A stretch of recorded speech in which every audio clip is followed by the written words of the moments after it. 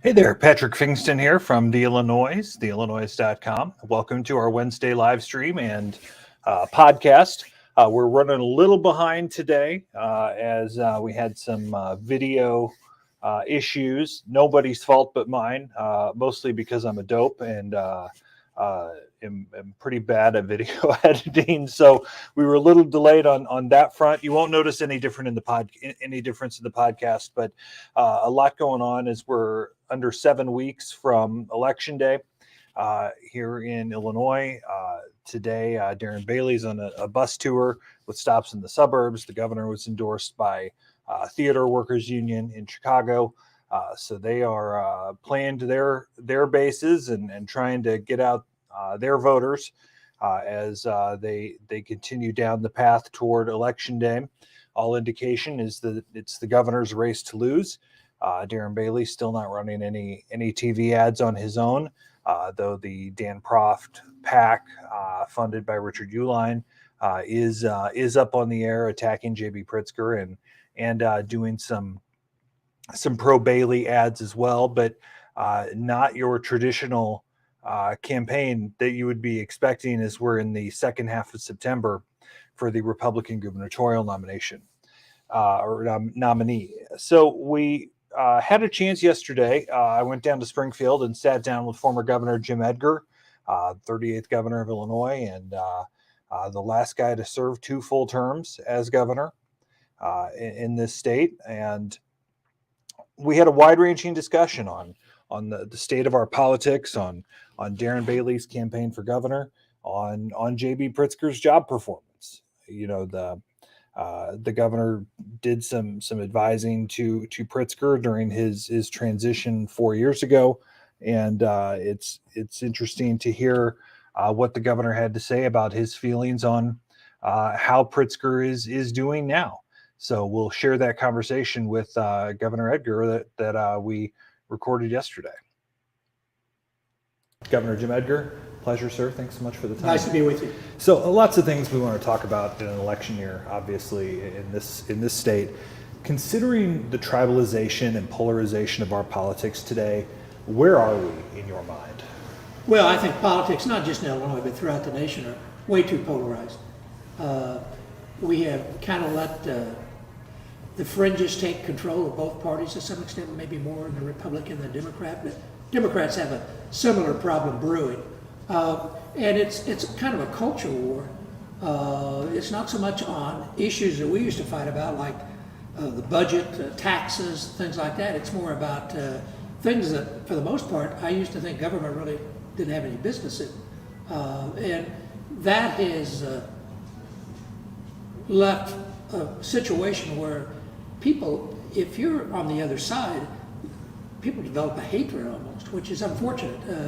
I think we can disagree in an agreeable manner, and that's unfortunately has got away from us. And the other dilemma today, and what I think one of the causes of that polarization, is that many elections are decided in primaries.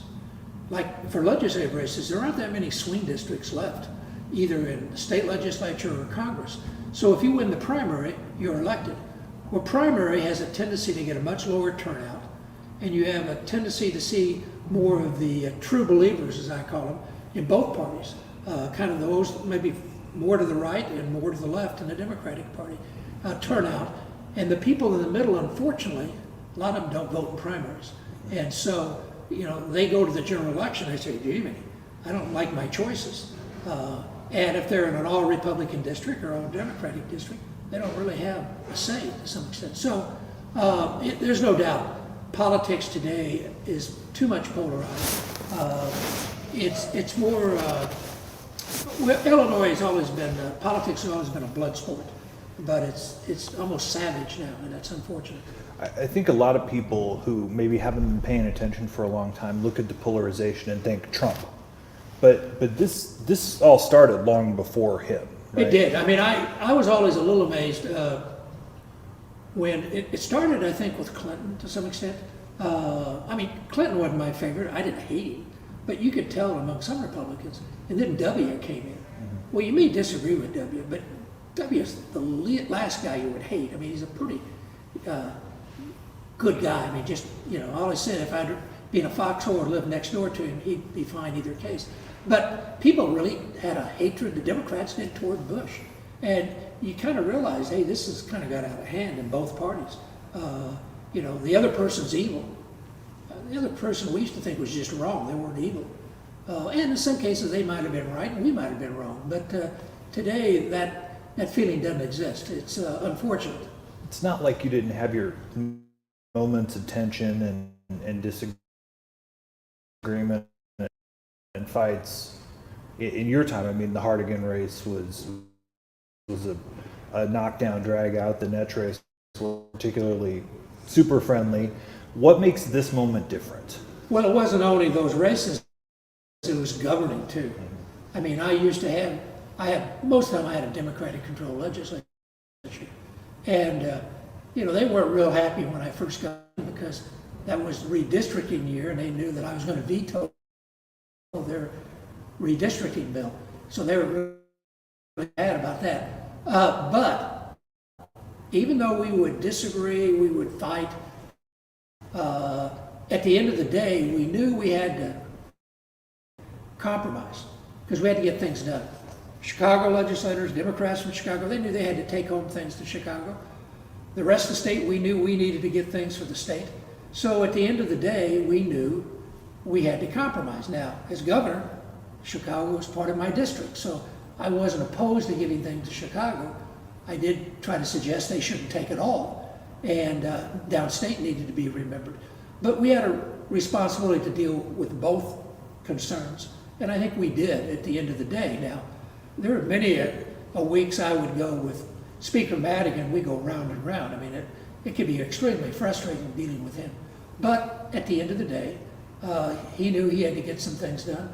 I knew I needed some things done, and we could usually come to some accommodation. Now, the first session, we went into overtime, which up to that point had never happened much at all. And but I think after I kind of withstood his pressure, that he knew in the end he needed to negotiate with me. And for the rest of the time I was governor, for the most part, we got things done at the end of session. Unfortunately, now today in Illinois, you've got a Democratic-controlled legislature, you've got a Democratic governor, so you don't quite have that polarization as far as getting things done, as you did when Rauner was governor. Of course, Rauner, he kind of marched his own drummer. I mean, he just, I never understood how he could think I could be governor and I don't need a budget. I mean, but today, unfortunately, not just in election time, but after the election, when we need to kind of put those things aside and get things done. I mean, you can see that in Washington, D.C. You can't get anything done if you need both parties, hardly at all. You're the definition of a moderate, fiscally conservative, socially pro-choice, along those lines. What a lot of super conservatives these days would call a rhino. Yeah.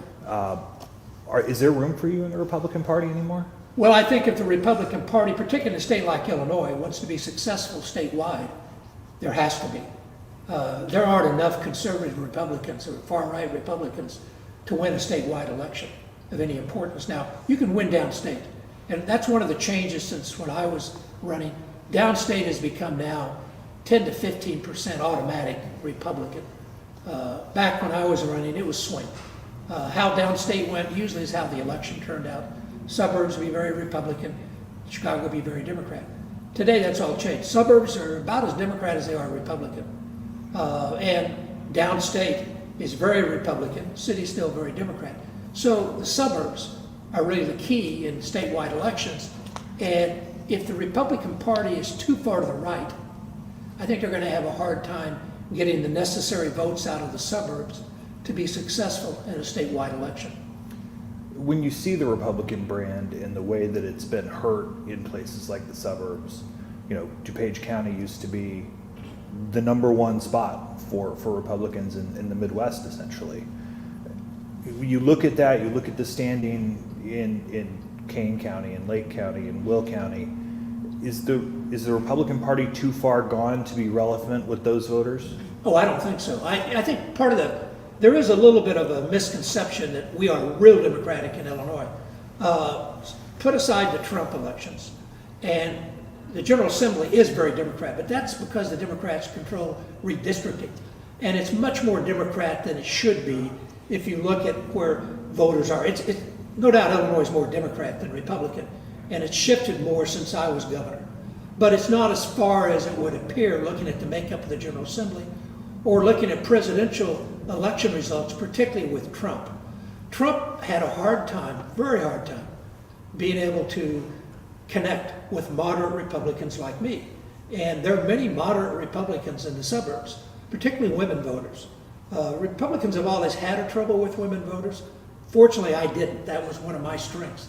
But that has cost Republicans elections in this state. And if the party is still perceived as too far to the right, it's going to have real difficulties, I think, winning over many of those suburban women. And now with the fact that we've brought up the abortion issue again, I mean, I can't think of a worse thing for trying to calm down American politics than to have Roe versus Wade overturned. I mean, that was a disaster. That's like as bad as Putin invading Ukraine. So those are both issues I thought were behind us, you know. And unfortunately, at the state level, that I think for the Republicans in Illinois, particularly, but a lot of other states, is going to be very detrimental to them, because I think that will take a lot of suburban women, or women who think like the majority of suburban women, and they're going to say, I'm not voting for a Republican. They might agree with them on fiscal issues. They might agree with them on some other social issues even, but that I think went too far. And the Republicans are now in a lot of states, you know, ratifying Roe versus Wade at the state level. And I think that's a danger in Illinois if you had a Republican legislature and a Republican governor, if that's the issue you care about. And I think a lot of women do. Then that would drive you to vote against a Republican. So that issue has hurt. If we didn't have that issue, I think if we didn't have the kind of the Trump appearance for the party, I think we'd be viable in Illinois. I think if we had a moderate Republican candidate for governor, I think it'd be very viable in this election. Can a moderate win a primary? Well, that's Since Mark Kirk. Yeah, it's tough, and you can't if you had one or two of them in there. You're going to have one. I mean, this primary, I have to admit, I was a little surprised that Griffin and the money that he had went to the mayor of Aurora. I mean, I like the mayor of Aurora. I know him. I thought he was a Democrat. But I think he always thought that might be a tough sell in a Republican primary. I think there were other people. I think if they'd gone with somebody like Kirk Dillard, I think he could have won the primary and he'd win the general election. Have a real good chance even of beating Pritzker. And I think Pritzker is going to be difficult. I mean, Pritzker's done I think a pretty decent job as governor. I don't agree with everything, but he's done what a governor's supposed to do. I think that helps him going in this election. You also he has more money than God. I mean, you know, one of the things that unfortunately in politics, you've got to worry about raising money. And he didn't have to worry about that. Sure doesn't. Plus, there's a lot of other people who want his money. They're going to support him. And he can kind of help the Democratic Party. I mean, down the ticket is something that I think that Bailey's going to have a real difficult time winning this election. I mean, I think it definitely is a long shot. The fear I have more is the impact it could have down the ticket for the party. And we've got to pick up some statewide offices sometime to have a hope at the future. And we need to win county offices. And the suburbs particularly swing how the top of the ticket goes more than any other part of the state. And so if Bailey doesn't do well in the suburbs, if he gets beat pretty bad in the suburbs, that's going to have an impact down the ballot. And I think there's a lot of good Republicans who have great potential that could affect. The county board chairman race in DuPage County. Mm-hmm. Hart, I think, he's got a great future if he wins that. He's young, he's bright, he's a moderate, but, he could get caught up if the top of the ticket goes Democrat heavily. So that's a concern in this election that has an impact not only on this election, but on long term, particularly the viability of the Republican Party. But I wouldn't give up on the Republican Party at this point. I think they're going to have a tough time in this election. But if we can get some people on the farm team and have them prepared to move up, I think we got a shot. I think we have a chance if the top doesn't destroy the opportunity. I think Secretary of State. I think Dan Brady has a shot at winning Secretary of State, unless we really get wiped out at the top. And if we can pick up the Secretary of State in this statewide election, that is somewhat of a platform, if nothing else, on organization, because you can't go fire the Democrats. I was the first Secretary of State that had to keep my Democrats. I co-opted it. A lot of them became Edgar Democrats. And Brady can do the same, but he'll have vacancies. He'll be able to, put some people in there that are going to feel very loyal to him and to the Republicans. So that's an important race, I think, in this election, because I think it's winnable. The others will be tougher. Obviously, Pritzker is far more liberal than on social issues. Especially on social issues, he is. Is what makes him so controversial? I've been surprised with that, actually. I mean, he seemed like I know him. I served on a corporate board for a few years with him, and I found him to be very personal. I mean, I was a little leery. Here's a guy, $3 billion. He was kind of young at the time. He kind of took over the company. I thought, oh boy. But he listened. And that's one of the qualities I think he has that's important in a leader, is to listen. Now, you may listen and not do anything you hear, but at least he listens. So, no, I think he is, I've been surprised at how his numbers aren't better than they are now. Polarization, he's a Democrat, so a lot of Republicans just automatically don't like him. There's no doubt going through COVID was very difficult. A lot of people didn't understand, didn't accept that they had to change their lifestyle. They had to wear a mask, things like that. I mean, we all got tired of masks. I hate them. I never can see out of my glasses when I have my mask on. But I also know, going through a natural disaster with the Great Flood, you've got to act quick. Now, we'd never been through that before. There were some decisions he made, maybe in hindsight, he might have done it a little different, but you don't have the luxury of that when you're dealing with a natural disaster, especially on the scale of COVID. I mean, that was the worst thing I have ever seen. Have you thought about how you would have handled that differently? I don't know if I'd have done it different. I'd have listened to the experts, because I wouldn't claim to be an expert. I would have probably, if anything, and he might have, and I think, some governors did, overreact, because I'd rather be safe than sorry. I mean, is it that bad to tell people you got to wear a mask as opposed to a diet? I mean, that to me is an easy sell. And, closing the schools. I read a book before this all happened on the 1919 pandemic. And, one of the things I thought was kind of interesting, in New York, they didn't close the schools down. And they had less problems there than they did in some cities where they did. So there might have been some things that you'd have done differently, he could have done differently, but I give him high marks for he acted quickly. He acknowledged there was a problem. President Trump didn't do that. And that, as a former governor who had gone through a natural disaster, to have a president basically question everything the governors did and not really backing them up, to me that was very unfortunate. When I had to deal with the Great Flood in '93, which is the greatest natural disaster Illinois ever faced, we had to move quick, we had to do things. And we needed to have backup from the federal government. We needed supplies, we needed money.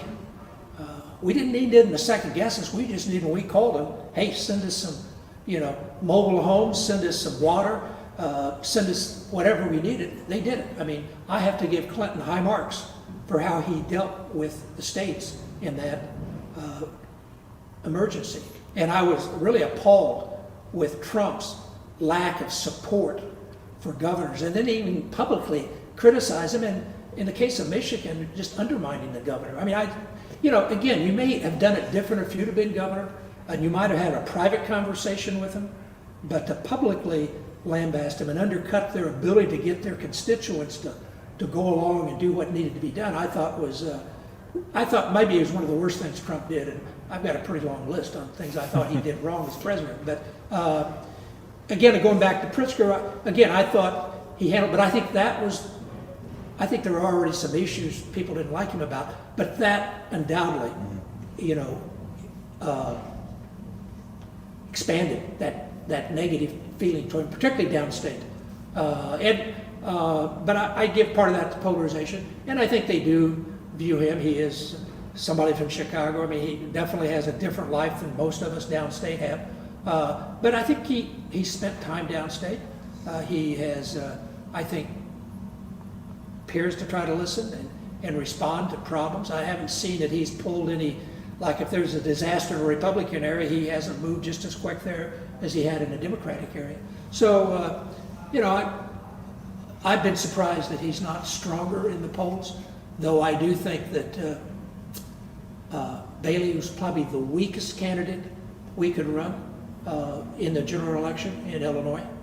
He might run well in Mississippi, but and he'll run well in downstate Illinois, he'll run well. But I don't think that's going to be enough to offset what will happen in Chicago, and then also what very well could happen in the suburbs. Well, that leads me to Darren Bailey. Is there any scenario in which you see him winning? It's possible. I mean, let's say the crime thing just completely got out of hand. And we had all kinds of riots and things like that. Possible. I think that's the best issue the Republicans have in this state and nationwide, is the issue of crime. And, Democrats are at times, I think they might have gone too far. Here at the state level, there was, I think, some reasonable concerns from public officials, state's attorneys, sheriffs, that, I don't know how much input they really had. I mean, I have the Edgar Fellows, and I've had people on both sides come and argue about that, and we've had the sponsor of the bill was a member of the Edgar Fellow the year after that happened. And, they feel like they listened, but the other side argued they didn't. But that'll happen. You have a major policy change. You're going to make some mistakes. And the key is, if you make the mistakes, quickly change them. Now, there's no doubt there's a lot of misinformation on the bill that passed about what it's going to do. I mean, it's not going to let criminals out of jail that, didn't make bond or whatever. I mean, that's absurd. I mean, it's certain if you got a traffic ticket, and I'm sympathetic to that. It's expensive to keep people in jail, especially if they're not a threat to society. But that's the one issue I think that they could pick up on. The economy, not that we have that much control at the state level, and I'm not sure how much sometimes the president and Congress has control over the economy.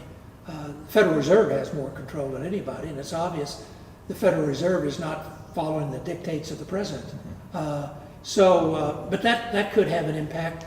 The abortion issue will offset that for the Democrats and the Republican relationship. But those are all, we still have 6 weeks to go? 7 yesterday. 7 weeks before the election. That's eternity. I mean, Biden, who can misspeak, he can say something really off the wall that could really hurt the Democrats. Trump could do something off the wall, which is not surprising. But he could do something that could really, stir up and get the Democrats really worked up. This election, more than the presidential election, is going to be determined by turnout, because less people vote in an off-year election, and whoever can get their voters to the polls will do well. Republicans have done a pretty good job, particularly the Trump people have done a good job over the last 2 elections of getting their people to the polls. One of the key there was the abortion issue. They were losing on that issue. And when you lose, people are much more upset than when they win. Well, they won in the Supreme Court. And while they may still want to see actions at state levels, they may not be as motivated as the Democrats are going to be now.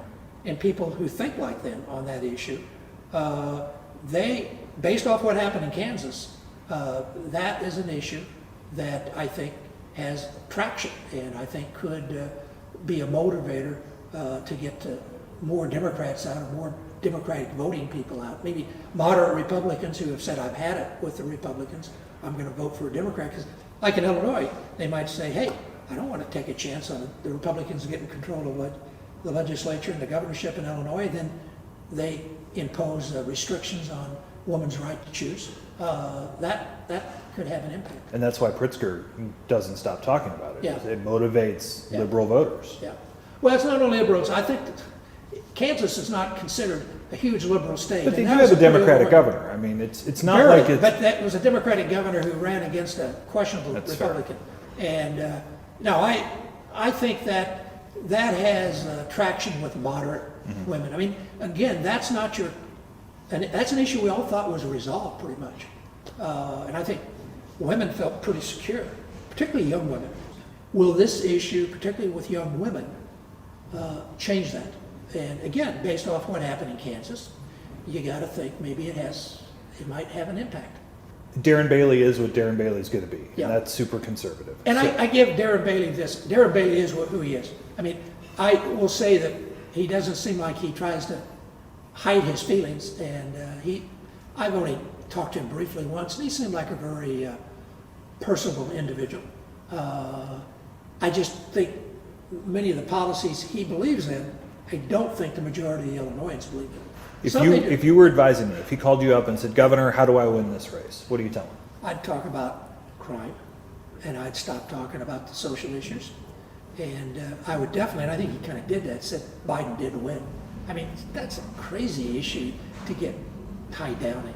I mean, it's obvious he won. I mean, you know that some of the true believer Trumps don't like it, but, they're going to have to let you at least be rational on that issue when you're trying to convince people to vote for you, particularly for governor. This is not a U.S. Senate race.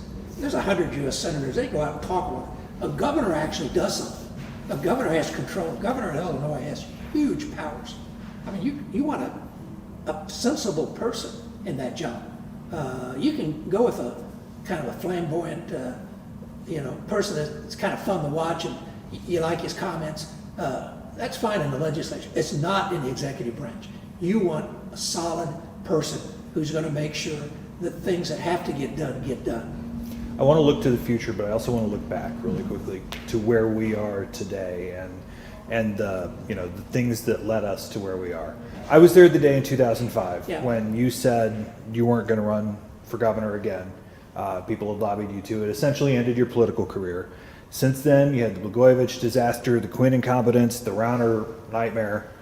Do you regret not getting back in then? Oh, there's many days I've regretted in that election. I didn't run against Blagojevich. I mean, first of all, I thought he was going to get indicted before the election.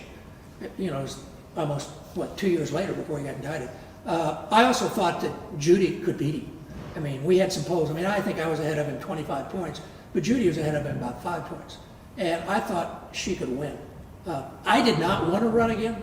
Every time I'd ever run, I wanted to run. I mean, people say, oh, it's really great of you to do. I wanted to do those things. I mean, I have a pretty healthy ego, and I wanted to be governor. But at that point, I really didn't want to run again. I mean, I'd done that, been there, and I knew Brenda did not want me to do it. She'd never tell me that, but I knew she did not want me to do it. And but I did feel like maybe I ought to run, just so he's not the governor. And the state had some, as usual, had some financial problems, and I thought maybe I needed to go back in. But I finally, maybe I rationalized that I thought Judy could win. I didn't think Blagojevich would win. And there were times after that I've regretted it. But for me personally, it was a good thing I didn't. I mean, health-wise, financial-wise, and everything else, it was better that I didn't do that. And also people thought I had done a good job, and if I'd gotten back in, they'd have been mad at me, because they're always mad at you when you do what has to be done. It takes time sometimes for them to build up. You were good. But, I have to admit, that's the one political decision that I had second thoughts. After Blagojevich got reelected and we went through that whole mess we went through with the impeachment, all that, I felt like, maybe I should have run again. Is that your biggest political regret, or do you have another? Well, I got a lot of regrets, not that big. I mean, for the most part, political, that might be the biggest, if I had one. I mean, again, I'm not saying that, yeah, I should have run. I'm just saying that one I second guess myself more than any of the others. The first time I said I wasn't going to run again in 97 for the 98 election, you know, I thought 2 terms is enough, particularly straight. I mean, I think there's something to be said. Maybe you serve 2 terms, then you sit out, then you come back. Good friend of mine, Jim Hunt, in North Carolina, had done that. He had been governor for 8 years, got beat in the Senate race, 8 years, came back and served 8 more years as governor. And he said that second time was just the best time, because he knew what to worry about, what not to worry about. You know, and I thought, oh, that might be fun to go back. I said if I could have got a campaign that lasted about a week and my term lasted about a month, I thought I'd do it, but you know, I was afraid I'd be, come March, instead of being in Arizona, I'm in Springfield, and you know, Daley's yelling at me in Chicago, and my Republicans have run south on me because we're going to have to raise taxes and things like that, that I might really regret I made that decision. But for the most part, politically, I felt I got done what I wanted to do. Earlier, now when I was a kid, I wanted to be president. I didn't really know that much about being governor. When I came to Springfield as an intern, I realized I wanted to be governor. And for downstater to get there, I mean, I felt like that was an accomplishment. And I felt like our 8 years, we did good. People say, what do you look at? I said, well, to me, one of the important things as governor is the people think you did a good job. And when I was leaving office, my approval ratings were the highest of anybody had been at that point in their gubernatorial career. But more importantly, vast majority of the people thought the state was on the right track. And we haven't been there since. So, you know, I felt good about that. So in a way, I didn't need to go back. I'd done well, I thought, done as good as I could do, and I was pleased. Governmentally, I think it might be one of the questions on your list. Governmentally, do I have any regrets? The biggest regret I have governmentally is I left the $1.5 billion surplus. I should have locked it away someplace, that Al Gore lockbox, or put it in a pension plan or whatever. I never dreamed the legislature. Now, I wasn't shocked that Governor Ryan spent the money. I kind of knew how he viewed money. But I was surprised the legislature went along after what we had to go through in the early 90s, when we were basically broke and we had to cut budgets, and you know, it was at difficult times. And I thought, hey, we're out of that. They don't want to get back into that. And we went right back into it. So I think governmentally I'd have done something with that money to make sure they didn't just kind of, it disappeared within 6 months after I left office. And we've never had a surplus since to speak of. Now they've got one now, but I never had a federal government that poured billions of dollars in. I give Pritzker credit. He did worry about the budget. And that's one of the things before he ran, or before he was elected, I told him, the budget. It's the budget, stupid. Just think about the budget. If you don't have the budget right, nothing's going to work. And I think he has concentrated on the budget well. I think that's the one thing you can see. He is a businessman to some extent. He's not just a liberal Democrat. And I think, you know what, you had to raise taxes. There's a need. And but he did get a big help from the federal government this last 2 years. I mean, I never dreamed that the federal government would come through with that kind of money. So your Edgar Fellows program turned 10 this year. We're more polarized than ever before. There's a gigantic level of mistrust in public officials. You've had a lot of legislators come through that program. Is it working, and what's next? Well, I think it's had an impact. No, I mean, we said this isn't going to change overnight. I think in Illinois, let me just say this thing about Illinois versus nationally. I don't think we're as polarized in Illinois in government and politics as they are nationally. This time, for the first time, the far right got control of the gubernatorial nomination. And that's kind of made us look like the party's all to the right. I don't think it's that far to the right. I do think that in the legislature, there were acts in the last few years of working together. Classic example is the school aid formula. Most difficult thing there is to deal with. And we had 2 Edgar Fellows who were key players. One was a Republican, one was a Democrat. There's a couple Democrats. involved, and you had Republicans involved in, they argued, but they worked out a compromise, and they got a school aid formula passed. We had a budget. Republicans crossed over, in most cases committed political suicide, but they understood that had to be done. And that, to me, in all my years in Springfield, was the most important, courageous vote that anybody made, because Illinois was on the brink of never coming back. I mean, if we had not got a budget that year, Wall Street was going to write Illinois off, and we would always have trouble getting credit in the future. And besides the fact, a lot of people suffered that needed help from government. So I think we can see cases where people have got together. I don't know if the electorate is all caught up with that. I think elected officials understand it. I think the new speaker, who's an Edgar fellow, has been a little more willing to work with Republicans. I mean, Madigan, you had to, give your firstborn to get anything from him sometimes. And he was a friend of mine, but he was tough to deal with. I have a story I tell that there's a Republican legislator I have a lot of respect for. He told me the first year that the new speaker was in, he had right at the end of the session, he had an emergency in his district that needed special legislation. He's a Republican. They're going to have to bend rules and everything to get this passed. And he decided, he said he never would have called Madigan, never been in Madigan's office. But he thought, well, Speaker said, I'm speaker for everybody. He says, and he knew him. He said he was a personal guy. So he called him. He said, come to my office. Came to his office. He explained the problem. He said, I'll help you. I'd like to co-sponsor the bill with you. And they got it passed.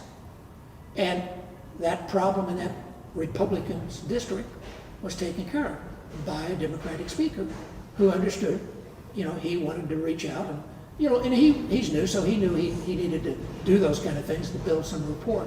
But I do think those things are occurring in the legislature more than people realize. And I can't take, the Edgar Fellow can't take all the credit, but I think we can take some of the credit because, a lot of those people have been Edgar Fellows that have been willing to work together. I've had some tell me that, like a House Democrat say, I now know a Senate Republican I can go talk to. I didn't know till we were together at the Edgar Fellows. So it's had some impact. Has it got down to the average voter? No. And I think the average voter has got to be a little more tolerant, and we've got to get away from this. I'm all right and they're all wrong. I learned as governor, there were times I had positions, in the end of the day, I was wrong and the other side was right. Often the compromise was the best. And you have to recognize that you're not always right. And there's not always just one right answer. Sometimes there's several right answers. And if you're from Charleston, Illinois, you might come up with one answer. If you're from the south side of Chicago, you come up with another answer. And it doesn't mean one's wrong, one's right. It just means you come at it a different perspective. And then if you sit down and try to compromise, chances are that compromise is going to be better than either one of the two original proposals. And one of the reasons is it's going to be more acceptable because it has input from both sides. Take Obamacare. The first few years, so much flack about Obamacare because the Republicans felt like they got left out and the Democrats did it without them and all that. How much better that would have been if both parties had been involved. Now, Democrats will argue the Republicans wouldn't, whatever, but if they had got together, I think it would have been much smoother. Now, how many years ago Obamacare? We don't hear talk about Obamacare now. It's accepted. But that polarization caused there to be this mistrust. And we need to combat that. And again, I do think the Edgar Fellows is having input. I think there are Democrats and Republicans who know each other better now because they were there. I think they've attempted to get along more in the legislature than they did before. So I think it's been worthwhile. Final question for you. There are, and surely you've seen it, the people around the state who are fed up. They want to move to Tennessee or Texas or Florida or send their kids to Iowa or Purdue or Michigan where it's cheaper to send their kids to school. You look at all of the frustration that folks have in the state, especially coming from the right. Do you still have hope for where the state is going? Oh yeah, listen, You know, I don't care for the winters, and I don't like the humidity in the summer. But Illinois has one resource that out west, where everybody wants to go, and I spend a lot of time out there, they don't have. It's called water. I mean, that alone gives this state a huge future. We're the crossroads of the nation. We have some of the best higher education institutions in the country. And that's helped us with industry. I mean, we've got a lot of things going for us. We also, and I think one of our strengths sometimes can be polarization, we have a very diverse population. And I think that's neat. I mean, as governor, I have to tell you, I loved the ethnic communities. I love the diversity of Illinois. I mean, I'd grown up in a very waspy community of Charleston. And, you know, I enjoyed getting to know the people in the Chicago area. Maybe not the politicians as much as I like the ethnic groups. And, you know, they had a lot more in common with me than I realized. I think that's true. And that's one of the things we talk in the Edgar Fellow, that, hey, you're from downstate, you're from the south side of Chicago, you got a lot more in common than you do difference. And you need to, you know, emphasize that. But, you know, on jobs, look at Texas. Everybody likes to go to Texas. Would you want to trust their utility system? Because they haven't put money into it. That's why they have low taxes. They don't spend money on infrastructure. They don't spend money on fixing things up. Their schools aren't good. Elementary, I mean, Arizona, beautiful state in the winter, terrible schools. I mean, their elementary, secondary, they don't spend much money on it. And now they're having all this emphasis, we're going to give it to private schools. Well, that'll just polarize more, and particularly disadvantaged students won't have the opportunity for quality education, so they're not going to be able to get out of their disadvantage if you don't have a good education. So I think that we have challenges. There's still challenges in Chicago when it comes to schools. There's a crime issue, there's no doubt about that.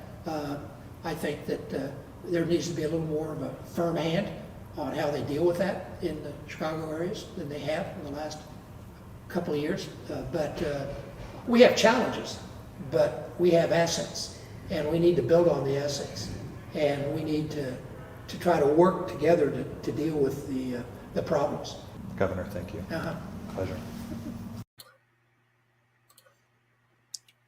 Thanks to former Governor Jim Edgar for the sit down yesterday with the Illinoize and a hopeful message for where the state could be going if things seem to get on the right track. It's going to be tough. Whatever party is in charge, but working together seems like it, at least in Governor Edgar's mind, seems to be the way that we move forward. Thanks so much for your time. Thanks for listening or watching along today. You can find more on theillinoize.com, where we post new stories every day and put a newsletter out each day. You can get the free newsletter right there on the website. And we hope you join us next time. Thanks so much. Have a great day.